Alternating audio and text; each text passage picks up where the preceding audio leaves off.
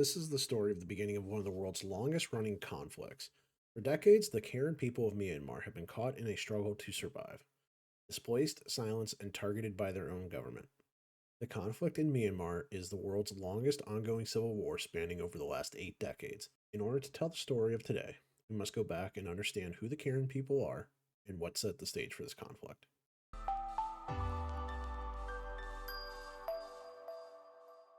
The Karen people are the third largest ethnic population in the country of Myanmar. They live in the hills near the eastern mountain region and the Irrawaddy Delta of Myanmar, in the Cayenne state being their primary home. Due to the conflict, displaced refugees live in Thailand, North America, Australia, and New Zealand, among others. There are not many estimates as to the total number of the Karen people. The last reliable census of the country was done in 1931, and there are not many current estimates. But according to the United World Project article from 2019 states the number could be over 7 million. Karen legends refer to their ancestors crossing a river of running sand.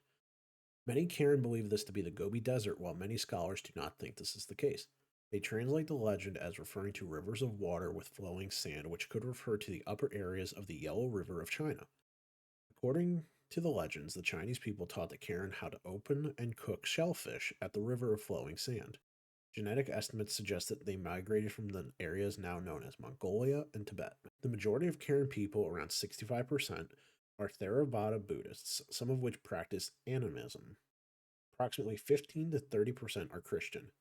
The Don dance and the Seikli are two traditional dances performed by the Karen people. Their cuisine includes talaba, or bamboo soup. It is made from bamboo shoots, snakehead fish, and basil leaves, and is considered an essential dish. The Karen New Year is one of the major holidays and usually occurs in December or January. There is not a fixed Gregorian calendar date as they use the lunar calendar. They are an ethno-linguistic group who speak the Karenic language and make up about 20 subgroups. The origins of conflict in Myanmar find their start, like many, in British colonialism and World War II.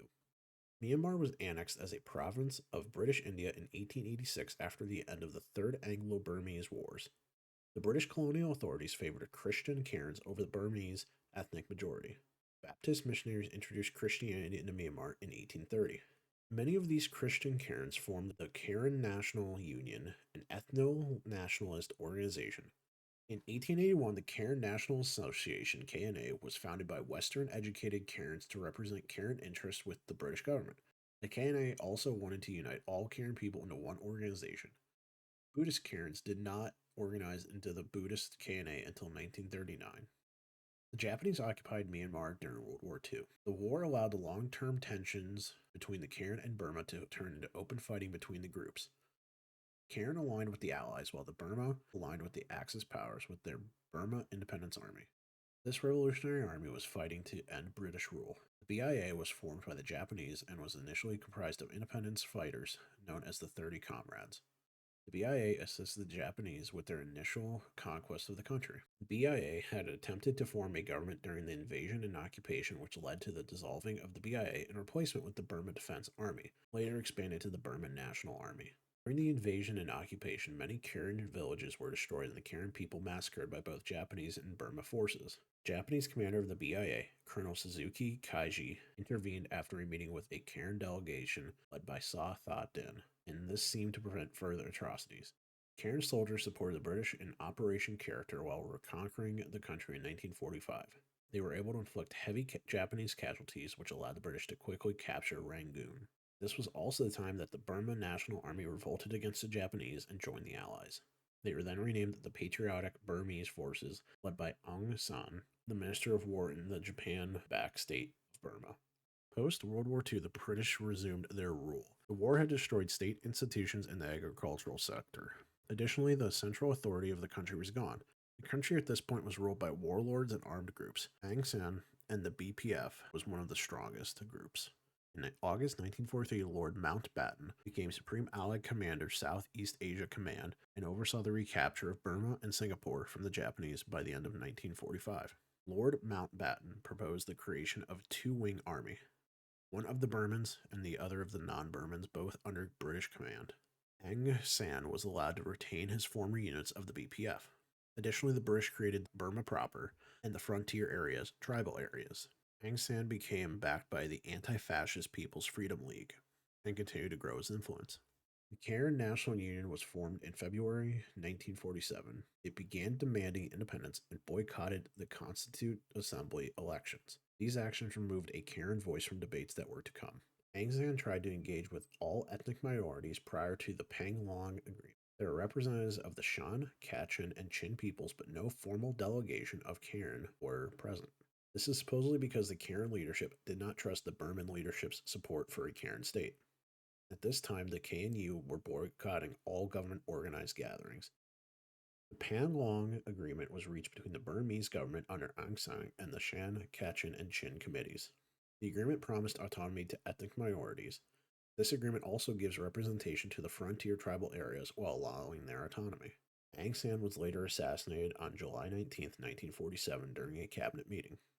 You saw Burma's last pre World War II prime minister was arrested the same day for the murders.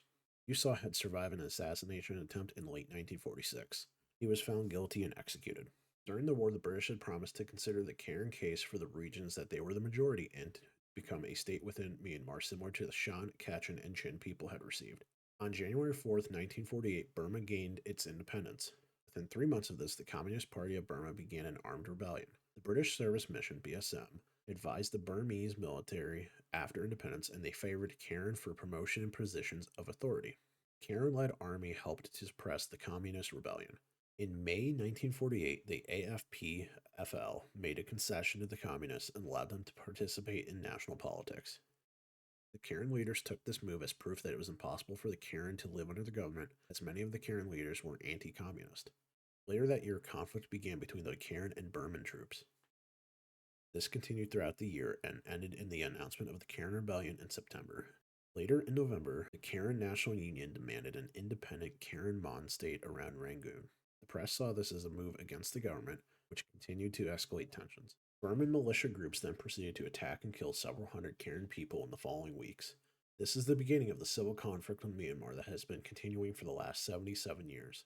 This has been a very brief overview of who the Karen people are and what led to the armed conflict. In looking at Myanmar and Burma and the effects of World War II, we can begin to see how such a long lasting conflict could start. This is another example of how British colonialism has impacted the world.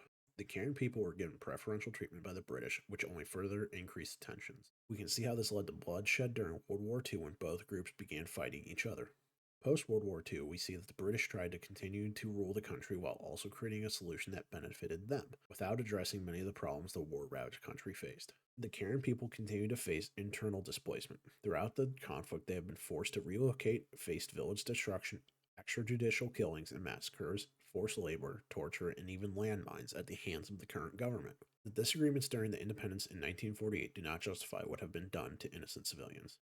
One also wonders what could have happened if Aung San had not been assassinated. Could he have completely unified the country? Could he have prevented some but not all of the violence? We may never know, but his assassination allowed the power vacuum to grow and eventually lead to the military dictatorship. Let me know in the comments if you want another video on this conflict or another topic. As always, thanks for watching.